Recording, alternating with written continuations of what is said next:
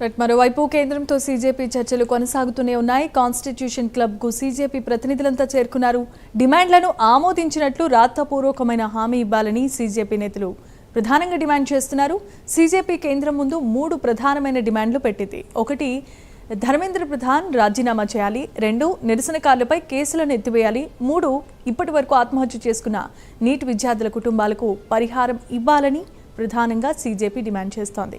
ఇదే అంశానికి సంబంధించి మరిన్ని అప్డేట్స్ను మా నేషనల్ బ్యూరో చీఫ్ కళ లైవ్ ద్వారా అందించడానికి సిద్ధంగా ఉన్నారు. కళ, దాదాపు జంతర్ మంతర్ లో ధర్నా దాదాపు 28 రోజుల పాటు నుంచి జరుగుతున్నటువంటిది.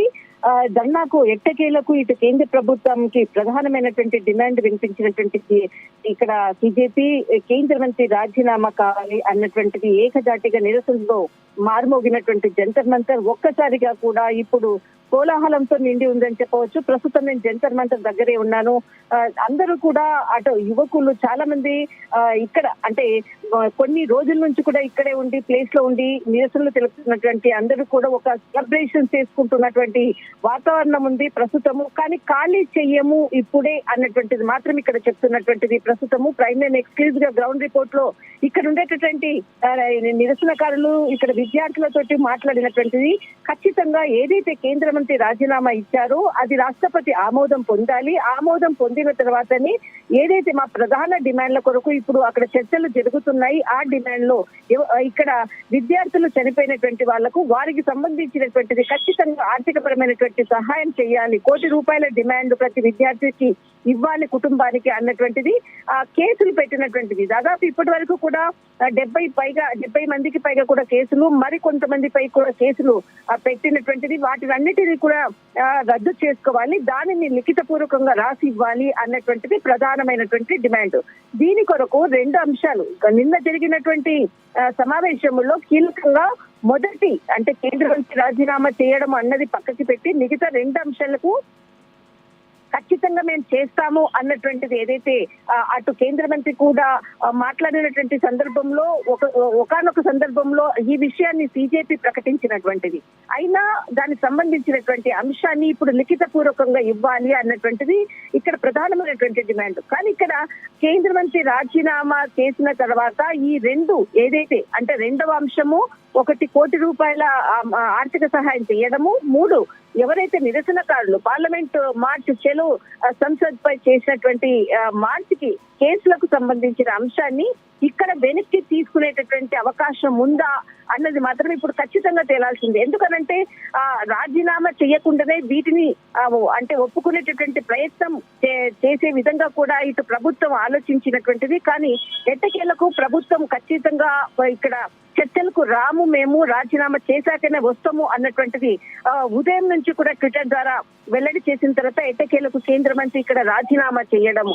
అనంతరం మరొక బిగ్ బ్రేకింగ్, ఇటు దేవేంద్ర ఫడ్నవీస్ మహారాష్ట్ర ముఖ్యమంత్రి, ఇటు ఏక్నాథ్ షిండే ఇక్కడికి ఢిల్లీకి కూడా పిలిపించారు అన్నటువంటిది మాత్రం వార్తలు వస్తున్నాయి. ఎందుకనంటే ఇక్కడ అభిజిత్ జీత్కేకి సంబంధించినటువంటి టోటల్ ఎంటైర్ తన పొలిటికల్ అనుకోవచ్చు, అంటే పొలిటికల్ కాకుండా దాదాపు వారికి సంబంధించినటువంటి పూర్తి సమాచారాన్ని ఇక్కడ భారీ నష్టము అంటే ఏదైతే పార్లమెంట్ సంబంధించినటువంటి అంశంపై నిరసనలు చేసిన దాంట్లో చాలా మంది యువకులు గాయపడ్డారు. దీనికి సంబంధించినటువంటి అంశంపై కూడా చాలా కీలకంగా కూడా అటు మహారాష్ట్ర గవర్నమెంట్ కి సంబంధించినటువంటి కీలకంగా ఇటు ముఖ్యమంత్రి, ఇటు ఏక్నాథ్ షిండే వీరందరితో కూడా చర్చించేటటువంటి అవకాశం ఉంది అన్నటువంటిది కొంత సోర్సెస్ నుంచి అందుతున్నటువంటి సమాచారం.